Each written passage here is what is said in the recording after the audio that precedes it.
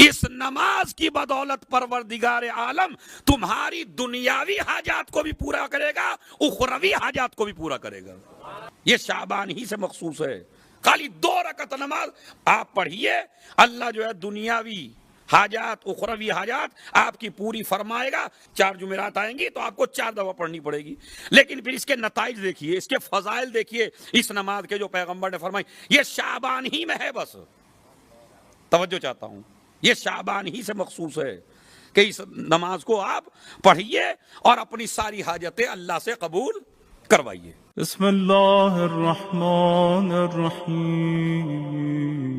3 مہینے بہت زیادہ معتبر ہیں، ایک رجب کا مہینہ، ایک شعبان کا مہینہ اور ایک رمضان المبارک۔ رجب کا مہینہ علی کا مہینہ، شعبان کا مہینہ رسول کا مہینہ، رمضان المبارک اللہ کا اور بندوں کا مہینہ۔ لہذا یہ 2 مہینے اللہ نے مبارک رمضان المبارک سے پہلے اس لیے رکھے تاکہ آپ لوگ تیار ہو جائیں، آمادہ ہو جائیں اس زمانے کے لیے، اس پیریڈ کے لیے کہ جو آپ کے لیے اللہ نے بہترین مہینہ قرار دیا ہے، تاکہ آپ کے ایک ایک عمل پہ ڈبل اجر آپ کو دیا جائے۔ تو یہ 2 مہینے آپ کی ٹریننگ کے مہینے ہیں، یعنی آپ کو آمادہ کیا جا رہا ہے۔ جس طرح سپاہی جب بنایا جاتا ہے تو سپاہی بننے سے پہلے ٹریننگ دی جاتی ہے، تو اسی طرح آپ کو اللہ تعالیٰ کا مہمان چونکہ بننا ہے نا۔ رمضان المبارک میں بندہ اللہ کا مہمان ہوتا ہے، یہ روایت میں موجود ہے۔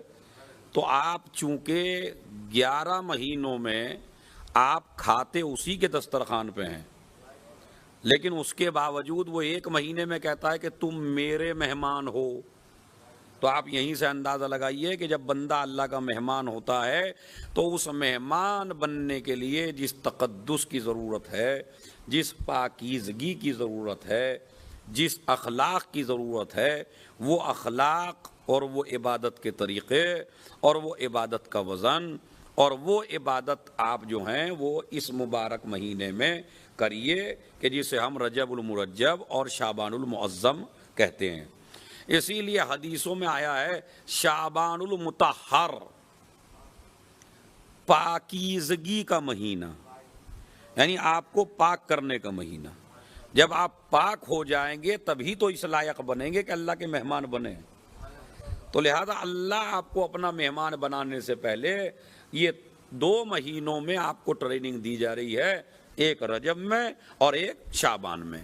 اور اس مہینے کی عظمت کے کیا کہنے، اب آپ توجہ دیجئے، تمہید کی منزلیں ختم ہو گئی کہ اس مہینے کی عظمت کے کیا کہنے کہ جس نبی سے جو چیز بھی منسوب ہو جائے وہی قابل احترام ہو جائے۔ گلیاں اگر نبی سے منسوب ہو جائیں تو گلیاں قابل احترام، ذروں پہ اگر قدم آ جائیں تو ذرے قابل احترام، ایک چادر اوڑھ لیں تو چادر قابل احترام، ایک کملی اوڑھ لیں تو یا ایھا المدثر، یا ایھا المزمل، طٰہٰ، یاسین، لا اقسم بہذا البلد وانت حل بہذا البلد۔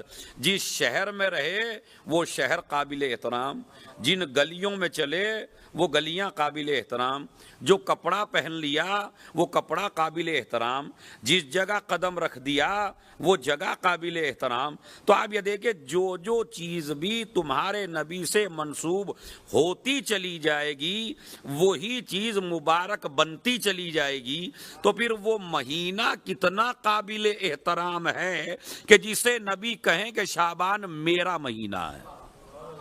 ایک صلوات بھیجیں محمد و آل محمد پر۔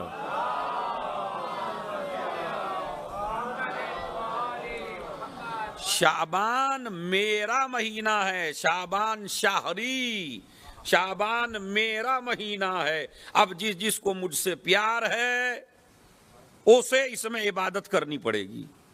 اگر نبی سے پیار ہے، اگر رسول سے پیار ہے، اگر اپنے آقا و مولا سے پیار ہے، اگر سرکار مدینہ سے پیار ہے تو آپ کو اس نسبت کا خیال کرنا پڑے گا، اور وہ نسبت یہ ہے کہ شعبان میرا، زور سے بولیے، شعبان میرا مہینہ، اتنا تو ماشاءاللہ عربی سے آپ واقف ہیں، شعبان شہری، شعبان میرا مہینہ ہے۔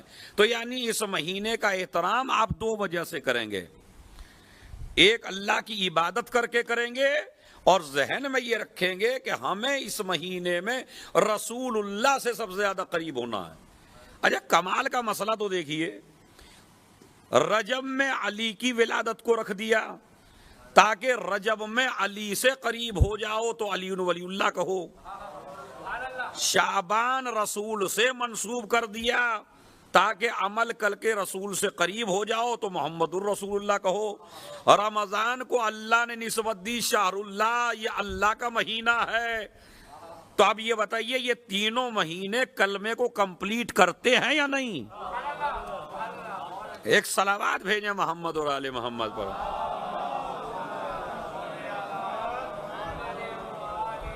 تو یعنی آپ کا عقیدہ ولایت بھی مضبوط ہونا چاہیے، آپ کا عقیدہ نبوت بھی مضبوط ہونا چاہیے، اور آپ کا عقیدہ توحید بھی مضبوط ہونا چاہیے۔ اسی لیے یہ مہینہ جو گزر گیا یہ بڑا عظمتوں والا مہینہ تھا، اور یہ مہینہ جو آنے والا ہے یہ مہینہ بڑی عظمتوں والا ہے، واقعاً بڑی عظمتوں والا ہے۔ 2 رکعت نماز تو بندے کو اس نیت سے پڑھنی چاہیے، پروردگار تو نے مجھے اس لائق سمجھا کہ میں رسول کے مہینے کو درک کر سکا۔ کتنے لوگ ہیں ماہ رجب آیا گزر گیا مگر کسی کو پتہ بھی نہ چلا کہ گزرا یا نہیں گزرا، ایسے بھی ہیں۔ اسی طرح شعبان آنے والا ہے، آ گیا تو شعبان آیا چلا جائے گا، کسی کو کوئی پرواہ نہیں ہے، ایسے بھی ہیں، ایسے بھی کلمہ گو ہیں، ایسے بھی شیعہ ہیں کہ جن کو عظمت پتہ نہیں ہے ان مہینوں کی۔ اچھا بعض لوگوں کے لیے تو رمضان بھی ایسا ہی ہے جیسے دوسرا مہینہ، یہ لے کے جب روزہ ہی نہیں رکھا۔ ابھی میں ایک چیز دیکھ رہا تھا، کسی نے یوٹیوب پہ ڈالی تھی کہ ایک سے پوچھا کسی نے کہ بھائی روزہ رکھو گے رمضان مبارک میں؟ نہیں بھائی بڑا گرمی کا مہینہ ہے اور بڑا عجیب مہینہ ہے، وہ آپ نے بھی دیکھی ہوگی، سب کی دیکھی ہوئی ہے، وہ بڑا عجیب مہینہ ہے۔ ان سے کہا افطار کرو گے؟ کہا بھائی افطار کیوں نہیں کریں گے، ہم مسلمان نہیں ہیں کیا؟ صلوات پڑھے محمد علیہ محمد پر۔ تو افطار تو کرنا پڑے گا، لیکن سحری افطاری تو ضروری ہے، اتنے بھی ہم مطلب اتنے بھی کافر نہیں بنے ابھی کہ سحری افطاری بھی چھوڑ دیں۔ تو مسئلہ یہ طے ہے کہ بھائی یہ خوش نصیبی ہے، یہ جو آپ آ رہے ہیں، بیٹھ رہے ہیں، سن رہے ہیں، جو اعمال بتائے جا رہے ہیں ان پر عمل کر رہے ہیں، تو یہ سمجھ لیجئے یہ اللہ کی طرف سے آپ کو توفیق ہے۔ واقعاً شکر خدا کیجئے، جس بندے کو عبادت کی توفیق مل جائے اسے اللہ کا شکریہ ادا کرنا چاہیے، اس لیے کہ ہزاروں ایسے ہیں کہ جن کے ذہن میں عبادت کا تصور بھی نہیں آتا، تو وہ بھی تو انسان ہے نا، وہ بھی اللہ ہی کے پیدا کیے ہوئے ہیں، ان کے ذہن میں ان کے تصور میں بھی نہیں ہے، اور آپ عبادت بھی کر رہے ہیں، آپ جو ہے اعمال بھی کر رہے ہیں، آپ دیکھ بھی رہے ہیں اللہ رسول کیا چاہتے ہیں۔ تو یہ بتائیے یہ دی ہوئی توفیق ہے یا نہیں؟ میں ایک جملہ کہتا ہوں ماشاءاللہ اس جملے کی قدر کریں گے، اگر آپ کو پروردگار اربوں خربوں کا مالک بنا دے اور آپ کو توفیق عبادت نہ دے تو یہ خربوں کی دولت بیکار ہے۔ مین مسئلہ ہے آپ کو عبادت کی توفیق ہے یا نہیں۔ ہر دولت مند حاجی نہیں بنتا، ہر دولت مند زائر حسین نہیں بنتا، اور فقیر حج بھی کر لیتے ہیں اور وہاں اس دروازے پہ پہنچ جاتے ہیں۔ کیوں؟ اس لیے کہ جب نیت صحیح ہوتی ہے تو ادھر سے توفیق ہوتی ہے۔ اب ہمیں یہ شکر خدا کرنا چاہیے کہ ہمیں یہ توفیق ہے کہ ہم جو ہیں وہ اللہ کی عبادت کر رہے ہیں اور ان مہینوں میں زندگی گزار رہے ہیں۔ شعبان کے ڈکشنری میں کئی معنی ہیں، یعنی شعبان کو شعبان کیوں کہتے ہیں، اس کا ریزن کیا ہے، اس کی وجہ کیا ہے۔ پہلی وجہ شعبان کو شعبان اس لیے کہتے ہیں اس لیے کہ لغت میں بعض لغت میں شعبان کے معنی یعنی زہرا، ظاہر ہونے کے ہیں. شعب یعنی ظاہر ہونا. تو ظاہر ہونے کا مطلب کیا ہے کہ چونکہ یہ مہینہ 2 مہینوں کے درمیان ظاہر ہوا ہے, ایک رمضان المبارک کے اور ایک رجب المرجب کے, یعنی جو دو عظیم مہینے تھے ان کے درمیان میں واقع ہے یہ. اچھا یہ بتائیے کلمے میں رسول اللہ کہاں پہ ہیں؟ غور سے بتائیے. لا الہ الا اللہ محمد علی ولی اللہ, یعنی رسول اللہ اسے کلمے کے اعتبار سے بھی درمیان میں اور مہینے کے اعتبار سے بھی درمیان میں. تو پہلے تو یہ معنی ہے کہ چونکہ یہ واقع ہوا ہے رجب کے درمیان اور رمضان المبارک کے درمیان, اس لیے اس کو شعبان کہتے ہیں. دوسری وجہ اس کی ہے شعبان بنا ہے تتشعب. تتشعب کا مطلب ہوتا ہے جیسے شعوبا و قبائل, فرقوں کو بھی کہا جاتا ہے. یعنی یہ جو شعبان کو شعبان اس لیے کہتے ہیں اس لیے کہ عرب اس مہینے میں متفرق ہو جایا کرتے تھے اور پانی کی تلاش میں نکلا کرتے تھے. پانی کی تلاش میں عرب نکلا کرتے تھے اس مہینے کے اندر, تو اس لیے اس کو کہا جاتا ہے کیا؟ شعبان. دوسرے معنی اس کے ہیں, تیسرے معنی شعبان کے, میں سائی ڈکشنری کے معنی بتا رہا ہوں کو. شعبان کے تیسرے معنی سنیے کیا ہے. کہتے تشعب فیہ ارزاق المومنین, اللہ اس مہینے میں اپنے بندوں کو مختلف طریقے کے رزق دیتا ہے. ایک صلوات پڑھے محمد اور آل محمد پر.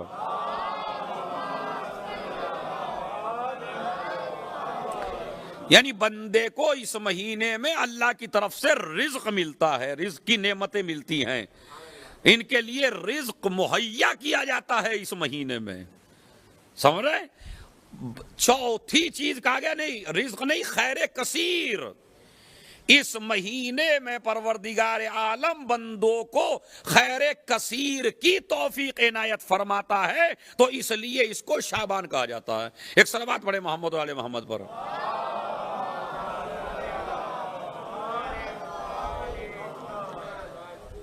ایک صلوات اور بھیجیں محمد و آل محمد پر.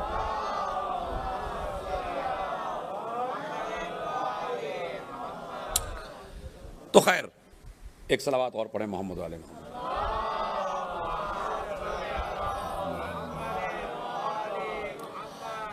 تو یہ 4 چیزیں میں نے شعبان کے حوالے سے آپ کی خدمت میں بیان کی کہ کیوں شعبان کو شعبان کہا جاتا ہے. تو معصوم نے فرمایا کہ نعمت الہی کی وجہ سے, کہ اس میں زیادہ نعمتیں ملتی ہیں یا زیادہ خیر کرنے کی اللہ توفیق عنایت کرتا ہے, اس لیے اس کو شعبان کہتے ہیں.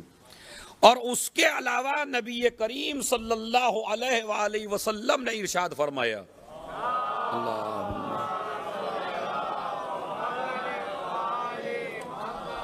من صام یوما واحدا فی شہری وجبت الجنہ.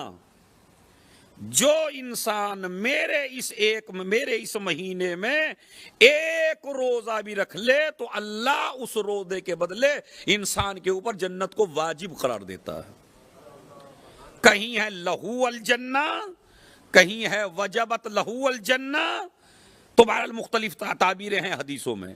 ایک روزے کے لیے خالی کہ اگر اس میں شعبان المعظم میں اگر آپ ایک روزہ رکھ رہے ہیں میرے اس مہینے میں, تو اللہ تعالیٰ آپ کے اوپر جنت کو واجب قرار دیتا ہے.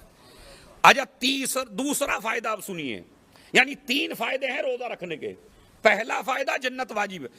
دوسرا فائدہ حرم اللہ جسدہ علی النار, جو انسان اس مہینے میں یعنی میرے مہینے میں ایک روزہ رکھ لے اللہ اس کے اوپر جہنم کو حرام قرار دیتا ہے. یعنی ابھی ایک روزے کی بات ہو رہی ہے, اور جو 3 رکھ لے 4 رکھ لے, دیکھیں یہ 2 مہینے ایسے ہیں ان میں ہر روزے کے اوپر مطلب اگر الگ الگ تاریخ میں آپ روزہ رکھیے, پہلی شعبان کو روزہ رکھیے تو اجر کچھ اور ہے, دوسری کو رکھیے تو فائدہ کچھ اور ہے، تیسری شعبان کو روزہ رکھیے تو فائدہ کچھ اور ہے۔ یہ رجب اور شعبان کے مہینے میں باقاعدہ آپ ذرا امالی شیخ توسی میں، امالی شیخ صدوق میں جب آپ جائیں گے تو ہر روزے میں، ہر تاریخ میں جو آپ روزہ رکھیں گے ایک الگ فائدہ اللہ نے تذکرہ کیا ہے، اور نبی نے ایک الگ فائدہ بتایا کہ اگر 5 کا روزہ رکھیں گے تو یہ فائدہ، 6 کا روزہ رکھیں گے یہ فائدہ، اگر آپ ایام 20 میں روزہ رکھیں گے تو یہ فائدے ہیں، یعنی الگ الگ فائدے 30 کے 30۔ میں تو کہتا ہوں اردو میں ہے ماشاءاللہ یہ کتابیں، ڈاؤن لوڈ کر کے بھی آپ اس کو پڑھ سکتے ہیں۔ میں تو خالی ایک روزے کا بھی اجر بتا رہا ہوں، باقی تو انشاءاللہ حجت الاسلام والمسلمین سبتین صاحب جو ہیں وہ تشریف لے آئے ہیں، تو وہ شعبان المعظم میں آپ کی بہرحال خدمت میں حاضر رہیں گے اور وہ زیادہ اعمال اس کے بیان کریں گے۔ میں تو خالی ایک روزے کے بارے میں بتا رہا ہوں۔ پہلا فائدہ جنت واجب ہو جاتی ہے، دوسرا فائدہ جہنم حرام ہو جاتا ہے، اور تیسرا فائدہ کنتو شفیعہ یوم القیامہ، قیامت کے دن میں اس کی شفاعت کروں گا جو میرے مہینے میں ایک روزہ رکھے گا۔ اب دیکھیں 3 چیزیں ہیں، 3 چیزیں میں نے آپ کی خدمت میں بیان کی۔ پہلے جہنم حرام، جنت واجب، اور میں اس کی شفاعت کروں گا۔ 3 اعمال مجھے خالی بیان کرنے۔ ایک، حضرت رسول اللہ صلی اللہ علیہ وآلہ وسلم نے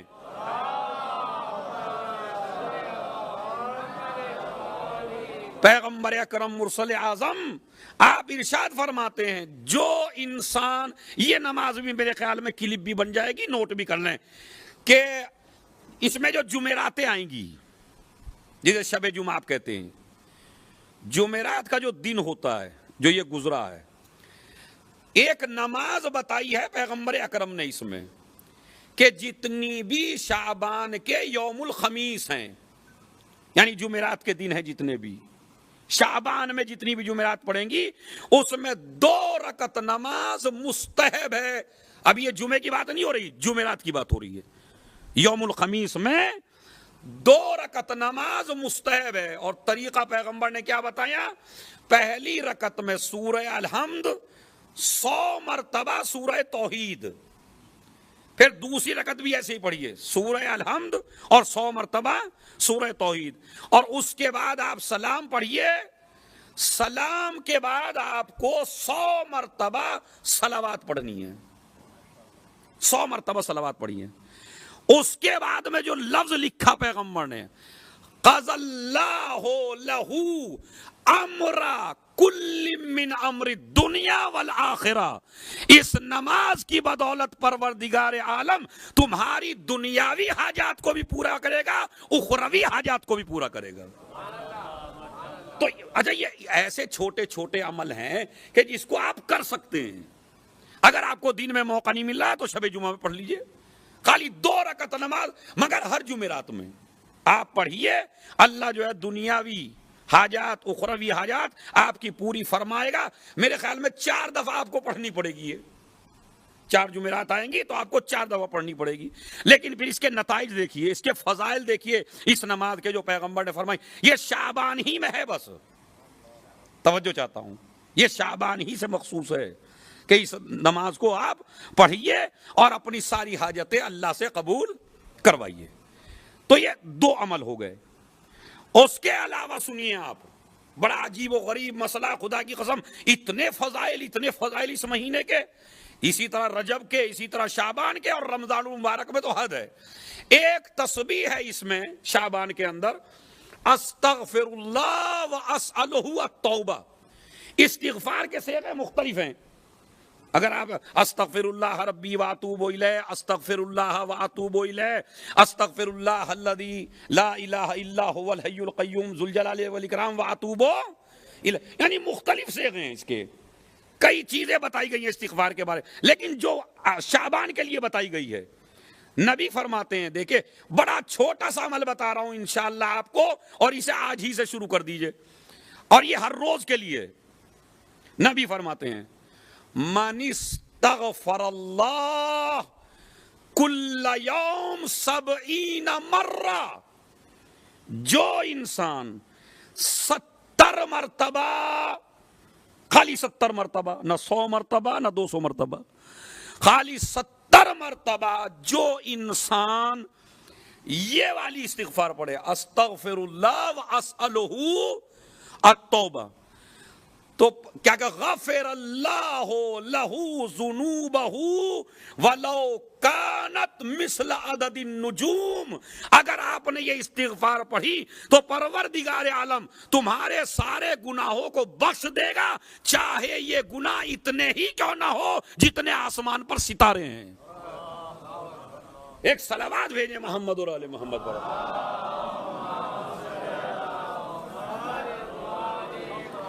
اب آپ دیکھ رہے ہیں. اور ایک استغفار میں نے بتائی تھی جو نماز عصر کے بعد ہے، جو شیخ صدوق علیہ الرحمہ نے لکھی ہے ہمالی شیخ صدوق میں، وہ میں پڑھ چکا ہوں آپ کے لیے. لیکن یہ استغفار خالی ہے شعبان المعظم استغفر اللہ واسألہ التوبہ. اور یہ بھی اپنے ذہن میں رکھیے، بعض ہمارے یہاں اتنے مقدس بن جاتے ہیں. دیکھیں جو حد سے زیادہ مقدس بن جائے وہ بھی خطرناک ہو جاتا ہے. ہاں اتنا ہی تقدس اختیار کیجئے جتنا آل محمد نے بتایا ہے آپ کو. جب علی سے بھی زیادہ متقی ہونے کی کوشش کریں گے تو آدمی خارجی بنتا ہے، عابد نہیں بنتا ہے. سمجھ رہے؟ تو اتنا مقدس پاکیزہ بہت زیادہ دین سے بھی آگے چل رہا ہے. نہیں، غدیر کا تقاضا ہے نہ پیچھے رہنا ہے نہ آگے جانا ہے. بالکل جہاں معصوم آپ کو ٹھہرا دے وہیں ٹھہریے آپ. تو استغفر اللہ، ارے ہم سے تو گناہ ہی نہیں ہوتا، ہم سے تو غلطی نہیں ہوتی. قبلہ شارجہ اور دبئی جیسے شہر میں ہے، کسی سے آنا جانا نہیں ہے، نہ کسی کی غیبت کرتے ہیں، نہ کسی سے حسد کرتے ہیں، نہ کسی کی بات میں بولتے ہیں. صبح کو جاتے ہیں، نماز بھی وقت کے اوپر پڑھ لیتے ہیں، جمعے میں بھی آ جاتے ہیں. آپ جو اعمال بتا دیتے ہیں وہ بھی کر لیتے ہیں، روزہ بھی رکھ لیتے ہیں، اور جب حج واجب ہو گیا تو حج بھی کر لیا. اب یہ بتائیے ہم سے متقی کون ہے؟ یہ جو تمہارے ذہن میں آیا ہم سے متقی کون ہے، یہی سب سے بڑا گناہ ہے. توجہ چاہتا ہوں میں، یہی سب سے بڑا گناہ ہے جو آپ کی ساری عبادتوں کو برباد کر دیتا ہے. خدا کی قسم، اس لیے کہ عبادت کرنا کمال نہیں ہے، عبادت کو باقی رکھنا کمال ہے. اور وہ تب رہے گی جب خلوص پیدا ہو انسان کے اندر.